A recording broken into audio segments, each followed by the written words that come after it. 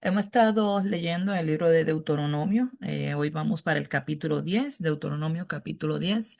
Y todavía seguimos en este recuento que está haciendo Moisés, ese último discurso, literalmente, donde está recordándole a esta nueva generación todo lo que ellos han pasado a través del desierto.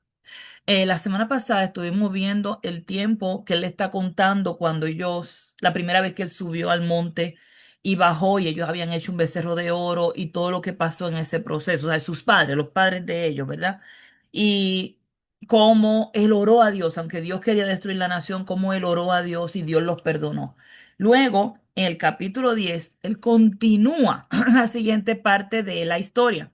Recuerden que la idea de contar a nuestras generaciones, nuestros descendientes, nuestros hijos, nietos, contarle las maravillas de Dios. Dicen que la fe viene por el oír y el oír la palabra de Dios. O sea, cuando tú escuchas estos acontecimientos, estas cosas que pasaron, estas historias que vivieron sus padres, tú llegas a tener fe en ese Dios que hizo esos milagros, tú llegas a conocer de esas maravillas que ocurrieron. Igualmente va a pasar con nuestros hijos. Cuando tus hijos son chiquititos, tú empiezas a contarles la historia de la Biblia. Ellos no saben leer, ellos no entienden, ellos no conocen, pero ellos empiezan a tener una fe, empiezan a creer, aunque es una fe que va a ser imitando a los padres, todavía es el proceso de comenzar una fe hasta que ellos empiezan a tener esa fe que va a buscar por ellos mismos. ¿Ok? Ahora mismo tenemos este pueblo que ha estado 40 años en el desierto y Moisés le está dando este discurso antes de entrar a la tierra prometida. Recuerda que Moisés le dijo, hoy ustedes van a entrar a la tierra prometida, pero él viene contándole todo lo que ellos han pasado y cómo Dios ha estado protegiendo de ellos todo el tiempo. Hoy vamos al capítulo 10, donde, bueno, ya le hablé del capítulo 9, ¿verdad? Entonces vamos hoy al capítulo 10, donde entonces le dice lo que pasó después de que le dio a beber el agua con el oro, con ese oro que había desbaratado y lo había tirado el polvo en las aguas y le dio a beber esa agua a ellos. Después que él ora y está ahí hablando con Dios y Dios perdona al pueblo, entonces en ese tiempo, cuando dice aquí en aquel tiempo, por eso, si tú empiezas a leer el capítulo 10, a menos que tú no hayas leído el capítulo 9, tú no sabes de qué tiempo él está hablando. Pues él está hablando de en aquel tiempo cuando pasó eso, entonces Jehová me dijo, lábrate dos tablas de piedra como las primeras. La primera tabla de piedra la había labrado el Señor. Esta segunda tabla de piedra la está labrando Moisés. Y le dice que se haga un arca de madera también. Ese es el arca del pacto, esa arca que luego más adelante viene a ser el lugar donde habita la presencia de Dios mismo. Lo que viene a ser el Shekinah de Dios, viene a habitar arriba de esa arca, ¿ok? Era el lugar donde había unas cosas sagradas y era muy importante para el pueblo de Israel porque era parte de esa comunión que tenía con el Señor, ¿ok? Este, él está contando cómo Dios le dice que labra la tabla, que yo voy a escribir otra vez los mandamientos ahí como estaban en la primera. ¿Saben ustedes que cuando nosotros leímos esta historia, según la historia, porque aquí recuerden que estamos recontando la historia? Si nosotros vamos a Éxodo 34, Éxodo 34, ajá, aquí está. Cuando Dios le dice que vuelva a hacer esas tablas, es lo mismo, le está diciendo, alízate las dos tablas de piedra como las primeras y escribiré, ¿ven? Que Dios le dice, yo voy a escribir sobre esas tablas la palabra que estaban en las tablas primeras que tú quebraste. Entonces, ¿sabe que la Biblia dice que Moisés escribió con su propia mano, ¿verdad? Eh, pero lo que Moisés escribió fueron todos los mandamientos que Dios le mandó, no lo que estaba en la tabla. ¿Hace sentido? Vamos a aclarar eso. No quiero que haya alguna confusión. Lo que Moisés escribió fue todos los mandamientos que dio Dios y lo escribió en rollos. Pero lo que estaba en la tabla, que eran los 10 mandamientos, eso los escribió Dios mismo. La primera vez y la segunda vez, ¿ok? Todo lo demás lo iba a escribir Moisés para dárselo a enseñar al pueblo, porque el pueblo no quería escuchar a Dios, ¿se acuerdan? Entonces, Moisés era el que iba a escribir para poder pasarle al pueblo todo lo que Dios le estaba diciendo. Así que Éxodo 34 es que nos habla de este acontecimiento, mientras en Deuteronomio 10 nos está contando la historia de esto que pasó. Si ustedes miran el verso 28, no, él va a estar hablando ahora mismo de esto. Y él estuvo allí con Jehová 40 días y 40 noches. Esto es otra vez, esta es la segunda vez. Ya después que se había roto, cuando sube otra vez y vuelve a estar otra vez 40 días y 40 noches, no comió pan ni bebió agua y escribió en tablas las palabras del pacto, los 10 mandamientos. Cuando tú lees esto, parece que Moisés escribió, pero no dice eso. Lo que Moisés iba a escribir eran las palabras del pacto, pero los 10 mandamientos los escribió Jehová, que es de quien está hablando aquí. ¿Ok? Estuvo allí con Jehová y Jehová escribió en la tabla del pacto los 10 mandamientos. Los otros partes de este pacto, de estos mandamientos, que ustedes ya, como han visto en todo el libro del Éxodo, se ha visto que ha sido un montón, ¿verdad? Un montón de mandamientos y de acuerdos para ese contrato, para ese pacto que se estaba haciendo entre Dios y el pueblo de Israel. Así que aquí en capítulo 34 tenemos el acto, ¿verdad?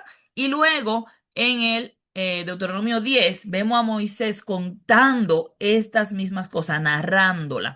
Hay personas, y la razón que le comento esto, porque hay personas que dicen que el capítulo 34 de Éxodo y Deuteronomio 10 se contradicen. Y no se están contradiciendo, simplemente el uso de las palabras, cuando está conjugándose el verbo o la forma en que está la oración expuesta, puede darse a entender mal. Pero si lo entendiste mal en Éxodo 34, Deuteronomio 10 te lo dice bien claro y no tienes que tener ninguna duda, ¿verdad? No, no hay contradicción, sino que te dice claramente que escribió en la tabla. ¿Y de quién está hablando Moisés? Acuérdense, aquí está Moisés hablando de que Dios le dijo, voy a escribir, o sea, escribiré en aquellas tablas las palabras que estaban en la primera. Y él dice, yo hice, ¿verdad? Yo hice el arca de madera, yo labré las 2 piedras como las primeras, yo subí al monte con las 2 tablas en mi mano. Y luego dice, y escribió en las tablas, conforme a la primera escritura, los 10 mandamientos que Jehová os había hablado. O sea, está hablando, escribió, no, no está diciendo yo lo escribí, sino que Dios lo escribió. Y volvió a descender del monte y puso las tablas adentro del arca que había hecho. Esa arca del pacto, ustedes recuerdan que dentro del arca había allí los 10 mandamientos. Adentro del arca estaba la vara de Aarón que reverdeció, que echó fruto, que echó flores, que echó almendro. ¿Se acuerdan? ¿Ok? Y estaba también maná, un poco de maná había también dentro de esa arca. Y ese maná no se dañó, 40 años, ¿ok? Todo lo que había dentro de esa arca, como digo yo, eran cosas milagrosas. Todo lo que había eran cosas milagrosas que solamente Dios podía hacer. El maná, por 40 años ahí, no se había dañado. Tenemos la vara reverdecida, seguía con la flor no se moría, el almendro no se moría, o sea, era una cosa increíble. Y esa vara verde, y se mantuvo así, no dice nunca que se haya secado. Esa vara estaba ahí. ¿Ok? Y la tabla con los 10 mandamientos que Dios había escrito él mismo. Ok. Luego vemos que cuenta él como allí en esta área murió Aarón y fue sepultado y le da el lugar, ¿ok?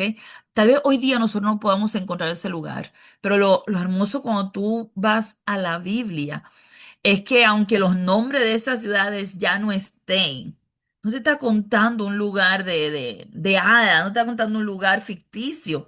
Son lugares que si tú lo buscas lo vas a encontrar. Aunque le hayan cambiado el nombre tal vez hoy día, todavía te va a decir, oh, esto antes se llamaba de esta forma, aunque ahora tenga un nombre nuevo. Y habla de cómo allí, cuando llegaron allí, murió allí Aarón, fue sepultado, y cómo Eleazar ahora era el nuevo sacerdote después que Aarón murió. Y luego te habla de los sitios a donde fueron, ¿ok? Y estos sitios eran sitios donde habían aguas. Si antes no se habían mencionado estos sitios, ustedes saben que no lo habíamos mencionado, aquí ahora nos menciona unos lugares específicos donde ellos pararon. Y habla de, fueron a Gugoda y de Gugoda fueron a Yotbata. En ninguno de los caminos que habíamos hecho, los mapas que habíamos hecho antes, habíamos visto estos lugares, pero Moisés está mencionando que fuimos a estas paradas. Ah, yo no sé si ustedes se dan cuenta lo detallista que está haciendo Moisés al contar esta historia. Él no está haciendo como que, oh sí, y Dios nos salvó y ya. O sea, Dios nos protegió y nos trajo hasta aquí. Ya, vamos a entrar ahora. No, no, no. Él está yendo con muchos detalles, con información importante, que ellos pueden ir y verificarla. Nosotros tal vez no podemos ir a Goda, pero si ellos van a Goda, van a ir allí y van a encontrar que hay arroyos, que son tierras de arroyos de aguas. Y eso es una forma de tú verificar la información. Ellos podían verificar que la información que le estaban dando era cierta. Recuerden que la palabra de Dios, la idea que está escrita, es para que creamos, no es para ninguna otra cosa. No es para tener un libro más en tu biblioteca. La palabra de Dios no es para agarrar los otros libros porque es más pesada. No, la palabra de Dios es para que creamos. Y aún la narración de estas historias eran para que ellos, o sea, esta es la historia del pueblo de Israel. Y la idea es que esta nueva generación crea en el Dios de Israel y que crea en las promesas y que crean los mandamientos y que obedezcan a Dios. Ese es el propósito. Si no, si nosotros no entendemos el propósito de la palabra de Dios, nunca le vamos a dar el valor que debe tener. El propósito es para que creamos en Dios y creamos en su Hijo Jesucristo. Si nosotros no creemos a la palabra de Dios, perdemos el tiempo leyendo, perdemos el tiempo estudiándola. Tenemos que creer en ella. Y cuando leemos estas cosas, la idea de contarle a ellos lo que habían pasado es para que ellos crean en Dios y en sus promesas. En aquel tiempo se apartó la tierra de Leví. Si ustedes se recuerdan, la tribu de Leví, ¿por qué se apartó la tribu de Leví para que llevase el arca? Fue en aquel tiempo también. En aquel tiempo, ¿de qué tiempo estamos hablando? Cuando el pueblo hizo el becerro de oro. De ese tiempo que estamos hablando. Si ustedes se recuerdan, ¿cómo fue que Leví vino a ser los encargados de llevar el arca? ¿Cómo llegaron a ese término? ¿Alguien se recuerda? ¿Cómo Leví vino a ser, la tribu de Leví vinieron a ser los levitas, que son los sacerdotes de Dios? ¿Quién los escogió? Yo me recuerdo, hermana, yo me Dale, recuerdo. comparte, Mirna. Era porque ellos se encargaron como de eliminar o destruir a todos los que habían inducido a la idolatría. Ajá. Como que ellos, sí, se deshicieron o lucharon con aquellos, hermanas, que Sacaron estaban espada. adorando. Muy bien. Ajá. Los levitas, la tribu de Leví, fueron los que sacaron espada para matar a sus hermanos que vieron que estaban en la idolatría y que no querían dejarlo. Fueron a abogar por el pueblo de Dios. Y desde ese día fueron escogidos los levitas. Y qué cosa, qué interesante que los levitas son la misma familia de Moisés, son la misma familia de Aarón. Aarón es levita, o sea, y Moisés, ellos son levitas. Y Moisés viene Aarón viene a ser el sumo sacerdote, Moisés es el profeta, y sus hijos vienen a ser sacerdotes, y todos los levitas vienen a ser los encargados de las cosas espirituales. Pero ellos mostraron ese amor por Dios. Ellos fueron a defender al pueblo de Dios, de este pueblo que, parte del pueblo que quería, y eran sus hermanos. Y ellos fueron los únicos que se levantaron y cogieron espada para matar a todos aquellos que estaban haciendo idolatría. Sí. Y desde ese entonces se levantó Leví para ser encargado de un trabajo tan importante. Voy a hacer una pequeña pausa. Y esto es para que nosotros analicemos.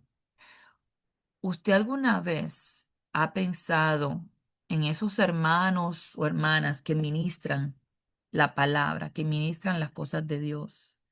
nuestros predicadores, nuestros ancianos, nuestros diáconos, maestros, maestras que tenemos, los que enseñan clases de niños. ¿Alguna vez le ha entrado a usted el pensar la importancia del trabajo que hacen esos hermanos y esas hermanas por la obra de Dios? Hemos pensado eso, sí, hermana Wanda, porque a veces el hermano David es un enseñador aquí de la palabra y le tenemos mucho aprecio Amén. por su esfuerzo que él hace para estar con tanta gente. A veces somos un poquito terca, a veces y tiene que ayudarnos mucho, luchar, y él predica con ese amor. Y todo el que llega, él le predica la palabra con ese amor. Y siempre yo valoro los predicadores porque llevan mucho esfuerzo para ayudarnos a nosotros. Amén. Amén. Y no Y a él solamente, sino a todos los líderes que enseñan. Oramos por ellos, sí, claro. ujú, Le tenemos mucho respeto y mucho amor. le voy a animar a ustedes a que cojan un ratito y hagan una tarjetita dándole gracias a sus maestros, a sus profesores, a sus ministros, a las hermanas que enseñan dando clase a los niños. Hagan una Ujú. tarjetita diciéndole gracias por el trabajo que Sí, hace. Porque, y póngale un versículo que dice que el trabajo en el Señor no es en vano, no, para en vano. animarlos, En para Efesios 6, animarlos. no habla de eso. Sí, vamos a apreciar a esos hermanos y esas hermanas que Ujú. dan la milla extras. Y muchas veces nosotros no estamos pendientes de ellos, no estamos pendientes. Muchas veces no oramos por ellos. Tenemos que orar mucho más de lo Sí. normal. Si lo estamos haciendo, qué bueno, gloria a Dios. Pero si no lo estamos haciendo, vamos a hacerlo. Vamos a orar por ellos, vamos a animarlos para que sigan el trabajo y vamos a ponernos a su disposición cualquier cosa que ellos necesiten. Mirna. Amén. Sí, hermana, qué bueno, hermana, y qué bonito, ¿verdad?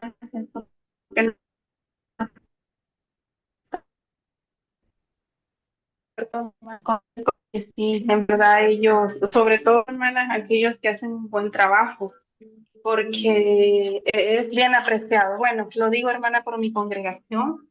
El ministro que nosotros tenemos es un hermano de México, él y su esposa, y ya tienen varios años con nosotros, ya ellos han estado ahí con nosotros desde el 2003, hermana. Y le digo de que yo me siento bien bendecida, hermano. Me siento bien bendecida con ellos porque son hermanos bien especiales, bien entregados en la palabra de Dios. Por ejemplo, el hermano que es el que predica, yo siento que nos da un gran ejemplo con su vida y con su forma de ser, aparte de lo que nos enseña. O sea, él la vive, hermano. Él vive lo que nos enseña. Y Amén. si él nos dice de amar, es porque en él hay amor. La verdad que los hermanos, ay, yo siempre digo que son una bendición, hermana, en la iglesia, ¿verdad? Bueno, esa es la experiencia que yo he tenido. Tal vez hay algunos que tal vez no son así, ¿verdad? Pero de todas maneras siempre hay que mantenernos orando por ellos, agradeciéndole, pidiéndoles a Dios, hermana, que ellos se mantengan firmes, porque Satanás busca destruir la iglesia por ellos muchas veces y son tentados Ujú, o pueden desviar su corazón, ¿verdad? Así es que ujú, es una bendición muy grande los hermanos. Por ejemplo, yo me llevo súper bien con la hermana Jenny, así se llama ella, es la esposa del predicador. Vive ujú, a 15 minutos de mi casa y seguido se viene a comer conmigo. Me dice, ¿qué cocinaste? Sí, ahorita llego. Y yo siempre le digo eso, que incluso eso se lo aprecio, hermana, porque yo muchas veces le he confiado cosas así, ¿verdad? Y ella siempre me ha dado buenos consejos o ha sido discreta. Ay, ujú. hermanas, perdón, traigo alergia. Gracias, hermana Wanda. Amén, amén. Así que vamos a animar a esos hermanos que sirven. Vamos a animarlos. Háganle una tarjetita de agradecimiento, ¿sabes? Que ellos sepan que no lo estamos cogiendo por sentado, no lo damos por sentado, sino que realmente apreciamos el trabajo que hacen y lo valoramos. Los levitas estaban haciendo un trabajo que más nadie lo hacía. Y a causa del trabajo que tenía, entonces a ellos no le tocó tierra, no le tocó heredad, porque el trabajo de ellos era servir al Señor. Y él está diciendo, hey, la heredad de ellos era Jehová. Esa era la heredad de los levitas. Jehová era la heredad de los levitas. Y yo me pongo a pensar, Señor, yo quiero que tú seas mi heredad. Muchas veces nosotros nos afanamos por muchas cosas terrenales aquí, de este mundo, cosas que van a ser destruidas. Pero todos nosotros deberíamos tener el corazón que tenían los levitas. ¿Sabes qué? Que Jehová sea mi heredad, que yo no me tenga que preocupar por nada de esto aquí en esta tierra. Y, y démosle ese honor, porque la Biblia dice que debemos dar honor al que honor merece, y seamos agradecidos y animemos a esos que sirven en la obra del Señor, ya sea un misionero, ya sea lo que sea, no importa. Vamos a animar a esos hermanos que están sirviendo. Este, Moisés aclara que igual que como él tuvo 40 días la primera vez, la segunda vez volvió a estar 40 días y 40 noches. Y es interesante, él dice, y Jehová también me escuchó esta vez y no quiso Jehová destruirte. ¿Saben que había pasado esta misma oración antes? ¿Se recuerdan cuándo fue la primera vez? La segunda vez fue cuando estaba allí, cuando lo del becerro, ¿verdad? Esa fue la segunda vez. Pero antes de eso, cuando salieron de Egipto, ¿se acuerdan que también Dios dijo, mira, los voy a destruir? Se estaban quejando, a los 3 días de salir, se estaban quejando que no tenían agua y que no tenía, que se iban a morir y que querían volver a Egipto. Y Dios dijo, mira, aquí mismo los destruyo y hago una nación nueva de ti. Y Moisés le oró. Y esta vez volvió otra vez Moisés a orar por el pueblo y Dios no quiso destruirlos, pero no quiso destruirlos porque escuchó la oración de Moisés. Yo, wow.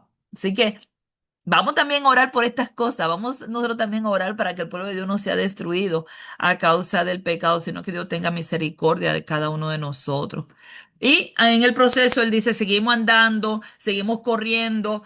Ah, ahora, este verso 12, muy importante, subráyelo. Deuteronomio, capítulo 10, verso 12. Márquelo,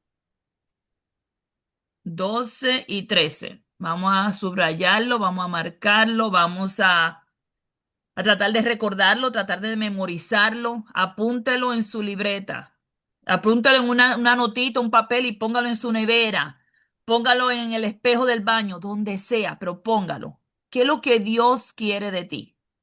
¿Qué Dios quiere de ti? Dios te pide que temas a Dios, ¿ok? Que temas a Dios, que andes en todos sus caminos. Dios quiere que tú andes en todos sus caminos, que lo ames. Dios quiere que lo ames, que sirvas a Jehová tu Dios con todo tu corazón y con toda tu alma.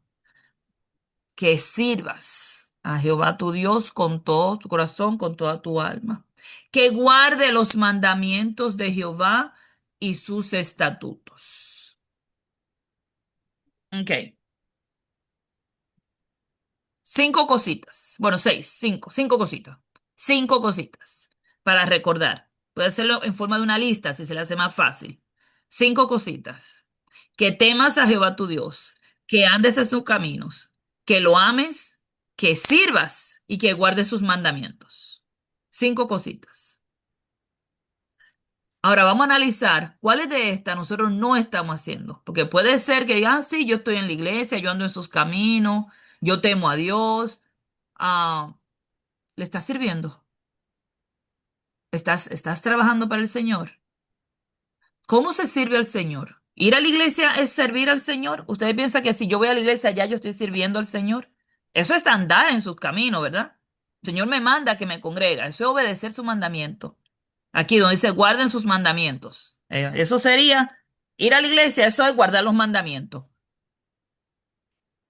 ¿Qué es amar a Dios? Eso es Dice un que mandato. Perdón, Wanda, eso ajá. solamente es un mandato y a la iglesia, pero falta todo lo demás. Un mandato es servirle a Dios, ¿verdad? Pero hay muchas cosas que faltan ahí. Muy bien, vamos a analizarnos cada una a ver cuáles cosas yo no estoy haciendo. Porque Yo para quizás mí, no pusimos ninguna, pero así es. Si voy a la iglesia nada más y no hago más nada, es un mandato, nada más porque Dios me manda, pero si soy yo que me toca esta noche, lo voy a aprender. bueno, Claro, porque a veces hay cosas que no las estamos haciendo. Uno sabe que tiene que hacer muchas cosas, pero a veces alguna se descuida, sí, claro. Sigue hablando. amén, amén. Entonces, vamos a analizar cada una qué cosa me toca hacer a mí. Por ejemplo, cuando dice que temas a Jehová y uno piensa, Yo temo a Jehová. Cuando yo voy a tomar decisiones, yo pienso qué Jehová piensa, cómo yo voy a estar delante de Dios si yo tomo esta decisión. Oro, espero su consejo, espero que me revele lo que estoy pidiendo en oración, o soy de la que hago las cosas por mi propio entendimiento y no busco ni consejo del pueblo de Dios ni nada por el estilo. Vamos a analizarnos. ¿Realmente tengo temor de Dios? ¿Realmente tengo cuidado de no chismear porque tengo temor a Dios y Dios me está escuchando? Hablo de la hermana, del hermano, del predicador, del vecino, de la cuñada, de mi suegra. O sea, tengo cuidado de lo que hablo. ¿Estoy realmente teniendo temor de Dios? Cuando usted es chismosa, usted no tiene temor de Dios. Vamos a aclarar eso y decirlo claro porque no puedo decirlo de otra forma.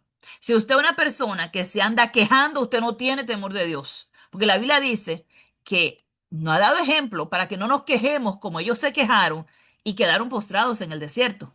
Si yo me ando quejando todo el tiempo, hermana, yo no tengo temor de Dios entonces. Porque la Biblia dice que no me queje. La Biblia dice que no esté murmurando contra mis hermanos. La Biblia dice que si hospedo a alguien que sea sin murmuración, hospedo a alguien cuando se van, ay, pero qué gente más reguerosa. Mira, Amén, amén. mira qué Sí, reguero me han dejado aquí. Hermana, no estás teniendo temor de Dios si tú lo haces así. claro que no. Entonces, vamos a analizarnos si realmente nosotros tenemos temor de Jehová. ¿Estamos cuidando la boca de lo que decimos, de lo que hablamos? Puede ser que estemos chismeando de un hermano, de una hermana. Si un hermano está haciendo mal en la iglesia, vamos a analizar esto, hermana. Yo sé que ese hermano está haciendo mal. Yo voy y se lo digo a otro. Ay, Lenny, ¿viste a Gina lo que está haciendo? Pero mira, mira. ¿Por qué yo tengo que decírselo a Lenny? Hermana, estoy chismeando, no estoy teniendo temor de Dios. Si yo realmente tengo temor de Dios y yo veo a la hermana haciendo mal, tengo dos cosas que hacer. Una, orar por la hermana y segundo, hablar con la hermana que está haciendo mal, no con la otra que no tiene nada que ver. Si no, eso se llama chisme. ¿Ok? Si usted no tiene el valor o no de ir a decir a la hermana, hermana, usted está en pecado, usted no tiene ese valor, no hable de la hermana entonces. Ore por ella solamente. Si es que tenemos temor de Dios, vamos a tener mucho cuidado. Vamos a tener cuidado de lo que hablamos de un ministro de la iglesia. Mucho cuidado. Si nosotros no podemos o no tenemos el valor para ir a reprender al hermano que está en pecado, vamos a tener que dejar de estar hablando del hermano a sus espaldas. Porque a veces somos muy buenos, ay, poniendo en Facebook, ay, mi madre. Son buenísimos poniendo disparate en Facebook de otra gente, pero no se atreven a decírselo en la cara. Eso es chisme, porque eso está diciendo todo el mundo, menos a quien tienes que sentarte y hablar. Tengan cuidado con lo que ustedes ponen en Facebook, mucho cuidado, mucho cuidado. Que no sea que ustedes no estén teniendo temor de Dios y que se encuentren poniendo cosas que lo que están haciendo es que se difame el nombre de Cristo. Las fotos que ponen, los videos que ponen. Cuidado, cuidado con lo que tú estás poniendo. Que tú no estés mostrando que tú tienes temor de Dios. Se ponen una ropa que eso da vergüenza y luego tú la ves, se saca una foto. Yo no sé por qué la foto la sacan de arriba, ¿verdad? Para que se le vea la línea aquí de los pechos. Entonces no la saben tirar de frente. Ah, no, porque después me veo gorda si me la tiro de frente. Entonces la tiran de arriba para que se vea todos los pechos hacia abajo. Y tú le ves entonces con los pechos por fuera, así. ¿Por qué tú tienes que poner esa foto? Tú me estás diciendo a mí que tú no tienes temor de Dios cuando tú pones esa foto. Eso es lo que me estás diciendo. Porque el que tiene temor de Dios dice, no, estos pechos son de mi esposo, según dice la Biblia, ¿verdad? Que tus senos sean para tu marido, dice la palabra de Dios. No para que se lo enseñe a todo el mundo en Facebook. Tu comportamiento, tus palabras, cómo tú hablas, va a demostrar si tú tienes o no temor a Jehová. Porque Él sí sabe. Él es que escudriña los corazones. Él sabe lo que está en tus pensamientos. Él sí sabe. Así que con mucho cuidado, mirar si nosotros estamos demostrando un verdadero temor a Dios o estamos haciendo una pantalla delante de la gente, ¿sabes? Vivamos con el temor a Dios. Estas son las cosas que Dios pide. Estamos viendo cuáles son las cosas que Dios pide de nosotros. 5 cositas. Temes a Dios, que andes en todos sus caminos, que lo ames, que sirvas a Jehová con todo tu corazón y con toda tu alma y que guarde los mandamientos de Jehová y sus estatutos. Que andes en todos sus caminos. ¿Andamos nosotros realmente en todos los caminos de Jehová o solamente en algunos? La iglesia se reúne. Yo voy a ir el domingo, pero el miércoles yo no voy a ir porque yo llego cansado del trabajo. Oye, el pueblo de Dios está reunido allí con Dios y Dios está allí con ellos. Y tú descansando en mi casa. Muy bien, gracias. O sea, ¿estás realmente andando en todos sus caminos? En el diario vivir. Es el diario vivir, cada día. Vas a tu trabajo. Cuando tú estás a tu trabajo, tú estás demostrando a la gente allí que tú eres una sierva de Dios o tú vives allí con una careta. Que nadie ni sabe si tú eres cristiano o no.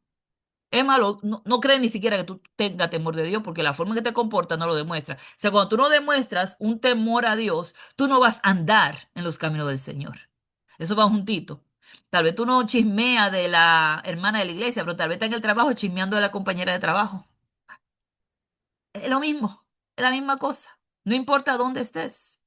Si eres una persona chismosa, ni estás mostrando temor a Dios, ni estás andando en los caminos del Señor.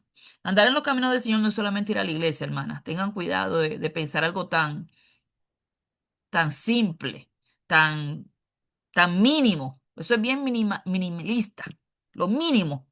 No, si yo voy a la iglesia, yo estoy andando en los caminos del Señor. Mira, yo creo que hasta el diablo va a la iglesia y no está en los caminos del Señor. Así que no se confíen de creer que de eso es que está hablando, sino que todo tu andar sea en el espíritu, que tú vivas de una forma que tú estés mostrando que tú vives por el espíritu y no por la carne. Si tiene alguna duda, Gálatas 5:25 nos dice claramente, ah, Gálatas 5, perdón, Gálatas 5 nos habla que si nosotros vivimos por el Espíritu, debemos andar también por el Espíritu. Y eso es andar en todos los caminos del Señor. ¿Y cómo yo ando en el Espíritu? ¿Cómo yo ando en los caminos del Señor? Tú vas a crucificar la carne con sus pasiones y sus deseos. Eso es lo que tú vas a hacer. Tú no vas a andar con los mismos deseos que tú tenías antes. Tú vas a vivir una vida ejemplar. Tú vas a andar todo el tiempo como si tú fueras espiritual. No sé si eso hace sentido. El carnal está pensando en las cosas de la carne, según dice Romanos capítulo 7, capítulo 8, también habla de eso. El carnal se preocupa por las cosas de la carne. El espiritual se preocupa por las cosas del espíritu. Un ejemplo bien sencillito. Tengo hambre, tengo que comer algo. ¿Qué es lo primero que viene a mi mente cuando tengo la comida al frente? Pues voy a comer porque tengo hambre. El espiritual, aunque se esté muriendo del hambre, primero ora por su comida. Un ejemplo bien sencillo, una cosa bien sencillita. Y todo el que está alrededor tuyo lo ve, ¿ok? Que tú prefieres aguantarte ese ratito para darle gracias a Dios por tu comida antes de comer. Mira qué cosa tan sencilla y ya tú empiezas a escoger entre lo carnal, que es comer como los perritos, o lo espiritual, que es yo voy a orar a dar gracias por mi comida, porque es lo que Dios me dice que haga. Es un mandamiento del Señor, ¿verdad? Según dice allí en Timoteo. Ahora, los que viven en la carne, dice que son manifiestas las obras de la carne.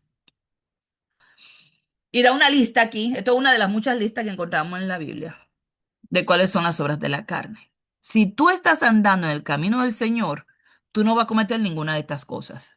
Si usted coge esa lista, a ver en cuánta usted cae. Porque yo caigo en unas cuantas. Y ustedes tal vez hasta saben en cuáles yo caigo. Tal vez conocen algunas de las que ya yo he caído. La pregunta no es en cuántas cae Wanda. Tú tienes que ver en cuántas tú caes. Que tú no estás andando en los caminos del Señor. Pero cuando tú estás viviendo en la carne, tú no estás viviendo, andando en los caminos del Señor. Tú estás en la carne. Y la carne y el espíritu no pueden, tú no puedes estar en las dos cosas al mismo tiempo. Esos son los tibios, ¿verdad? Los tibios están en la carne y están en el espíritu. Y dice que el Señor lo va a vomitar de su boca por cuanto son tibios. Entonces, no, tú tienes que dejar de andar con esa careta, quitarte esa careta y decidir andar en los caminos del Señor. Y para eso tienes que andar en las cosas del Espíritu. Es la única forma, hermanas, ¿ok? Entonces, Lo otro que dice es que lo ames. Y esto de amar a Dios es bien interesante porque él dice que nosotros tenemos que amarlo a él sobre todas las cosas, ¿verdad? Amarlo con toda nuestra mente, con todo nuestro corazón, con todas nuestras fuerzas, con todo nuestro espíritu. Y yo me pregunto, ¿realmente nosotros amamos al Señor así? ¿O nosotros somos los que amamos de la boca para afuera? Sí, yo amo al Señor, pero a la hora de la verdad, hmm, vivo mi vida como me da la gana. No estoy obedeciendo sus mandamientos. Y aunque ustedes no lo crean, todas estas 5 cositas están todas unidas en amar a Dios. Si tú amas a Dios, tú vas a servir. Servir a Jehová tu Dios con todo. ¿Cómo tú vas a servir a Jehová? ¿De verdad tú piensas que ir a la iglesia es servir a Dios? Eso no es servir a Dios. Cuando tú vas a la iglesia, eso es para ti. Eso es para beneficio para ti, porque tú vas a que te prediquen la palabra y para tú aprender y Amén. crecer. Cuando tú Amén. vas a la iglesia, el tiempo de la alabanza, que generalmente es el tiempo más corto que hay en toda la congregación, ese tiempo de la alabanza es el único tiempo que tú le das a Dios, donde tú estás cantando la alabanzas a Dios. El resto del tiempo, si tú estás sentado ahí, tú lo que estás es recibiendo, aprendiendo. Eso es para tu beneficio. Eso no es alabanza para Dios, eso no es glorificando a Dios, eso no es adoración. Tú estás aprendiendo, eso es tú aprendiendo, tú conociendo más de tu Señor. Cuando tú sirves, por ejemplo, tu predicador que está al frente, él está sirviendo, porque él está enseñando.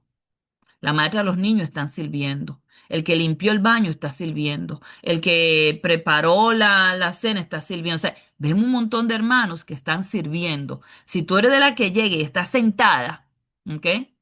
Tú solamente estás recibiendo. Tú no puedes decir que tú fuiste a la iglesia a servir ese día, porque tú no estabas sirviendo. Tú estabas sentada allí. Eso no es un servicio. Aunque le llaman, voy para el servicio. Si tú no estás sirviendo, tú no estás sirviendo. Eso no hace sentido. Están sirviendo algunos hermanos, pero aunque le llaman esto como un servicio, como si fuera un servicio de adoración, am, eso yo no puedo decir al hermano que está sentado, yo no puedo decir que está sirviendo al Señor. Ese día él vino, adoró en el tiempo de la alabanza y luego vino a aprender. Pero si el hermano y la hermana que estuvieron ahí sentados durante todo ese tiempo no sirvieron a nadie, eso no es servicio. La Biblia habla de el servir a los hermanos como un sacrificio que agrada a Dios. Hebreo 13:16. Dice que hacer el bien y la ayuda mutua, estos son sacrificios que agradan a Dios. Eso es lo que se habla de servicio. Esa ayuda mutua, ese servir a otro, así como tú sirves a Dios. ¿Qué dijo Jesús? A esa escritura no la tengo. ¿Qué dijo Jesús cuando dijo, si, vamos a buscarla porque no somos locos? Ok. Ah, si le diste de beber, ¿verdad? A uno de estos pequeñitos, a mí me lo hiciste. ¿Se acuerdan? Mateo, ah, 10.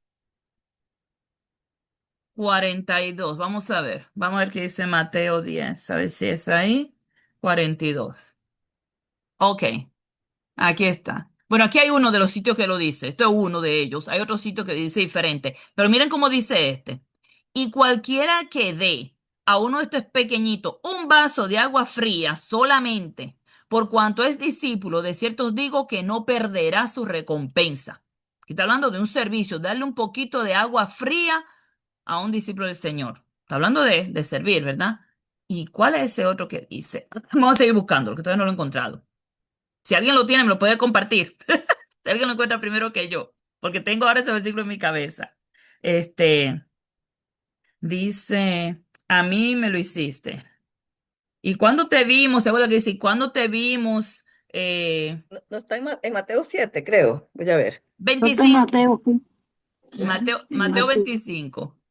25 es, no, Sí. entonces no es el 7. Mateo 25. Sí, Mateo 7 es de la bienaventuranza, pero Mateo 25, aquí está. Ok. ¿Qué dice? ¿Y cuándo te vimos? Aquí. ¿Tuve hambre? Aquí está. Esto hablando de lo que es el servicio. El servicio al Señor. Si usted no está entre los levitas, vamos a ponerlo así. Ya trajimos a nosotros como iglesia, los levitas son los que están al servicio de la adoración. No todo el mundo es levita. Hay hermanos que son predicadores, maestros, pastores, diáconos, y esos hermanos tienen un servicio que ellos hacen. Vamos a ponerlo para que entendamos, dentro del pueblo de Israel, esos hermanos que están haciendo ese servicio son los que vienen a representar los levitas, ¿ok? Como aquí en la iglesia. Ahora, ¿y el resto? ¿Cómo sirve al Señor? Entonces nos da instrucciones de servir a los demás, que cuando nosotros hacemos eso estamos sirviendo al Señor, ¿ok? Ir a la iglesia no es servir al Señor a menos que usted esté sirviendo, a menos que usted esté trabajando cuando va, ya sea en clase de niños, ya sea limpiando los baños, ya sea recogiendo basura. O sea, usted busque lo que sea que usted pueda servir. Si no, usted no está sirviendo cuando va a la iglesia. No se va. Usted está obedeciendo el mandamiento que dice que no dejemos de congregarnos. Eso es lo que está haciendo. Ahora, dice el Señor que le preguntó a ellos, que le dice, entonces el rey dirá a lo de su derecha, vení benditos de mi Padre, heredad el reino preparado para ustedes de la fundación del mundo, porque tuve hambre y me diste de comer. Tuve sed y me diste de beber. Fui forastero y me recogiste. Estuve desnudo y me cubriste. Enfermo y me visitaste. En la cárcel y viniste a mí. Entonces los justos le responderán diciendo, Señor, ¿cuándo te vimos hambriento y te sustentamos sediento y te dimos de beber? ¿Y cuándo te vimos forastero y te recogimos desnudo y te cubrimos? ¿O cuándo enfermo o en la cárcel y vinimos a ti? Y respondiendo el rey les dirá, de cierto os digo que en cuanto lo hiciste a uno de mis hermanos más pequeños, a mí lo hiciste. Entonces dirá lo de derecha, y ya ustedes saben, ustedes no hicieron, y le va a decir, apartado de mí, malditos, al fuego eterno preparado para el diablo y sus ángeles, porque tuve hambre y no me diste de comer. Ahora, él dice, cuando lo hiciste a uno de estos mis hermanos más pequeños, a mí me lo hiciste. Entonces vemos que el servicio a Dios no es ir a la iglesia. Servir a Dios es servir a nuestros hermanos. ¿Y cómo servimos? Miren, dice que visiten a los enfermos. Si usted no sabe cómo servir, aquí le da una lista grandísima. Dice a los forasteros, recógelos. A los que están desnudos, dales ropa. A los que están enfermos, visítalo. A los que están en la cárcel, visítalo. Eso es lo que dice el Señor. Porque cuando tú se lo haces a esa persona, lo estás haciendo para el Señor. Esto es lo que es realmente el servicio. Yo no sé quién se le inventó que el tiempo de adoración se le llame servicio. Le dice, vamos para el servicio, así dicen. ¿Y quién va a servir allí? Algunos. No todo el mundo está sirviendo cuando vamos a la iglesia. Algunos están sirviendo, la mayoría están sentados. Y calentar el banco no es un servicio, por si acaso a alguien se le ocurre esa. Vamos a ver cómo nosotros podemos coger estas cosas que el Señor nos dice y ponerlas en práctica, porque esto es lo que el Señor pide de nosotros. Y ya vamos a leer en Hebreo 13 cómo estos son sacrificios que agradan a Dios. A Dios le agrada cuando nosotros ayudamos a otros. A Dios ese sacrificio es algo que le complace. ¿Ok?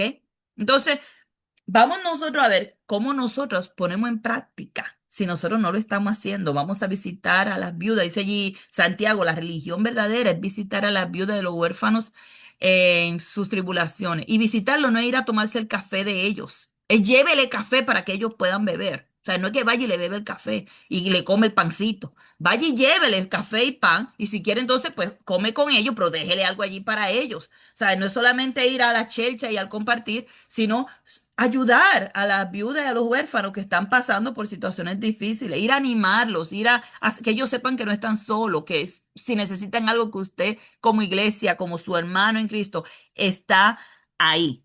Esa es la diferencia entre la religión verdadera y la religión falsa.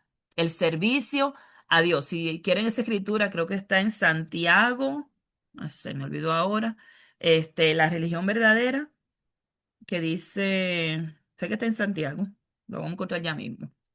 Visitar a las viudas y a los huérfanos en sus tribulaciones. Santiago 1, versos 26 y 27. Santiago 1, versos 26 y 27.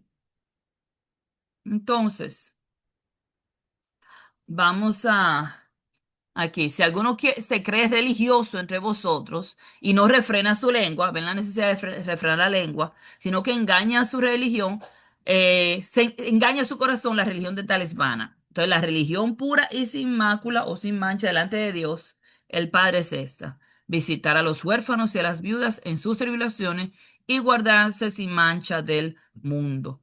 Entonces, cuando nosotros vemos en Deuteronomio capítulo 10 que el Señor nos habla de las cosas que Él pide y literalmente nos está pidiendo, hey, si me ama, ama a tu prójimo. Pues ¿cómo tú puedes amar a tu prójimo si no si, a quien ha visto? ¿Cómo tú puedes decir que no lo amas y dice que me amas a mí a quien no ha visto? O sea, el amor al prójimo tiene que ver mucho con el servicio a Jehová. Cuando tú amas a Dios, tú vas a servir a tu prójimo. Cuando tú amas a Dios, tú no vas a hacer nada indebido contra nadie. Cuando tú amas a Dios, tú vas a vivir una vida en santidad. Tú vas a andar como un verdadero siervo de Dios y vas a guardar sus mandamientos. Dice que si me amas, guarda mis mandamientos, ¿verdad? Así fue que dijo Jesús allí en Primera de Juan. Si me amas, guarda mis mandamientos. Ah, en Juan 14, verso 15. Juan 14, verso 15. Si me amas, guardad mis mandamientos. ¿Se dan cuenta cómo amar a Dios va a mover todas estas otras 5 cositas que el Señor está pidiendo de nosotros? Si lo amamos a Él, le vamos a servir. Si lo amamos, vamos a guardar sus mandamientos. Si lo amamos, vamos a andar en sus caminos, ¿verdad? Si lo amamos. Todo esto es si lo amamos. Si lo amamos, ay, el otro que dice, vas a temer a Jehová tu Dios. Si lo amas. Así que vamos a tratar de amar al Señor con toda nuestra fuerza, con toda nuestra alma y a nuestro prójimo como a nosotros mismos. Y con esto vamos a cumplir toda la ley. Esto es lo que Dios demandaba del pueblo de Israel. Y qué interesante que es lo mismo que demanda de nosotros. Oye. Es lo mismo que demanda de nosotros. Si nosotros estamos llevando un cristianismo donde estamos sentados en nuestra casa todo el día o haciendo nuestros quehaceres y vamos a trabajar y venimos y estamos envueltos solamente en nuestras propias necesidades y no vemos la necesidad del otro y no, o la vemos, pero no hacemos nada al respecto, tengamos cuidado de que no estemos nosotros viviendo una religión de fachada, que no es una religión verdadera, sino una religión de fachada para hacer creer. ¿Y a quién le estamos haciendo creer? Dios no puede ser burlado. Lo que el hombre segare, eso segará.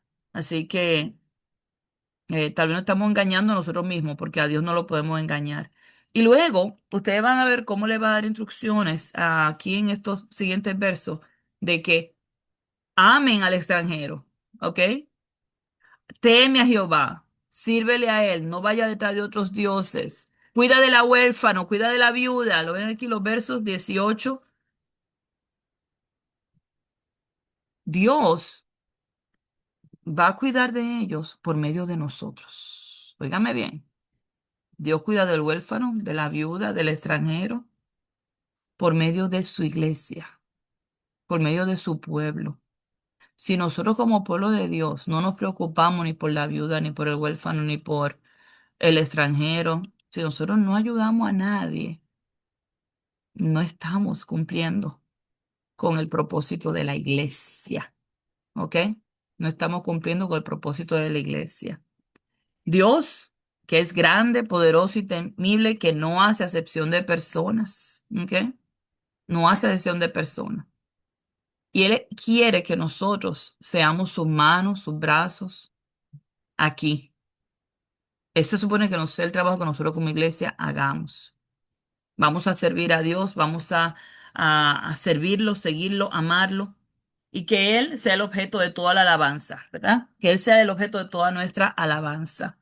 Que nosotros podamos hablar a otro lo que Él ha hecho con nosotros. Y eso es lo que Dios quería, trayéndole estas historias al pueblo de Israel, trayéndole la historia de Israel a la nueva generación, con el propósito de que ellos puedan alabar a Dios. Es el propósito, que ellos puedan alabar a Dios. Ahora mismo vamos en la parte donde él va a contarle cómo con 70 personas solamente entró Jacob a la tierra de Egipto.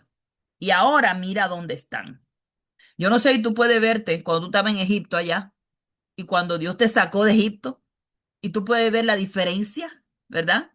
Allá dice, mira, eran 70 personas cuando entraron a Egipto y cuando salieron, ustedes son una gran multitud, como las estrellas del cielo, allá en Génesis 12, esa promesa que Dios le hizo a Abraham de que iban a ser tanto como las estrellas del cielo. Y de 70 personas que entraron con Jacob, ahora ustedes son tanto como la multitud del cielo, como todas esas estrellas del cielo. Así mismo está la iglesia, por todos lados regados. Pero si nosotros no estamos haciendo la obra del Señor, de nada sirve que seamos tantos. Si no estamos sirviendo al Señor con corazones sinceros, si no estamos haciendo la obra que el Señor nos ha llamado a hacer. Así que Um, capítulo 10 tiene mucha enseñanza para nosotros reflejada en el Nuevo Testamento. No es solamente un capítulo para recordar lo que pasó, sino también para darnos ejemplo a nosotros de qué el Señor quiere de nosotros. Así que eh, enfoquémonos en estas 5 cositas y vamos a trabajar en ellas, hermanas. Vamos a trabajar en estas 5 cositas y vamos a ver que nuestro hablar, nuestro andar, nuestro caminar, ah, nuestro vestir, hasta lo que usted pone por ahí en sus redes sociales, que todo sean cosas que puedan honrar a quien usted y honrar al Dios que usted sirve. Así que animémonos unos a otros a hacer esto para que no nos veamos en vergüenza, hermana, porque de verdad da vergüenza que nosotros siendo hijos de Dios no andemos como hijos de Dios. Oremos. Amantísimo Padre Celestial, alabado sea tu santo nombre. Gracias, Señor, por tu palabra. Gracias, Señor, porque en medio de todo lo que hemos pasado, aún tú nos sigues amando, aún tú nos extiendes tu mano, nos trae tu palabra para que vengamos a ti, que veamos cuál es tu voluntad, Señor, la cual es agradable y perfecta. Ayúdanos, Padre Santo, a tener nuestro corazón abierto, a rendirnos a ti, a confesar nuestros pecados, a recibir perdón, Señor, por todas las veces que te hemos fallado y a empezar de nuevo contigo, Señor. Una vida que te honremos y te glorifiquemos en todo momento, que realmente andemos todo el tiempo en tus caminos, Señor. Que no sea solamente una cosa temporera de un día a la semana, que haciendo creer que somos cristianos, sino que vivamos nuestro cristianismo, Señor, cada día. Estas cosas te las pido, te las suplico, Señor. Así como tú querías con Israel que fueran fieles a ti, que tu iglesia también, Padre Santo, sea fiel a ti. Y nos acercamos a ti con corazones humillados, Señor, reconociendo que tú eres Dios y sabiendo que tú estás en tu trono y que aún así, aún nosotros siendo pecadores, tú nos amas y mandaste a tu Hijo a morir por nosotros.